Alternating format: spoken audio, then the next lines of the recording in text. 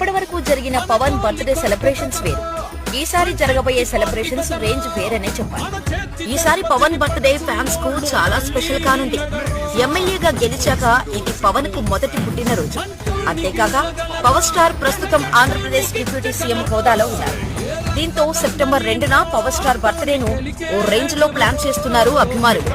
అటు పవన్ సినిమాలకు సంబంధించిన 3 సినిమాల పోస్టర్లు రానున్నట్టు తెలుస్తోంది. హరిహర వీరమల్లు, ఉస్తాద్ భగత్ సింగ్, ఓజీ సినిమాల నుంచి అప్డేట్స్ రాబోతున్నాయి. ఈ సినిమాలపై అంచనాలు భారీగా ఉన్నాయి. ముఖ్యంగా ఓజీపై ఎక్కడా లేని హైప్ ఉంది.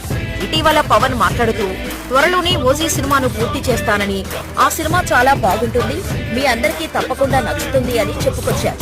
దీంతో ఫ్యాన్స్ ఫుల్ ఖుషి అయ్యారు.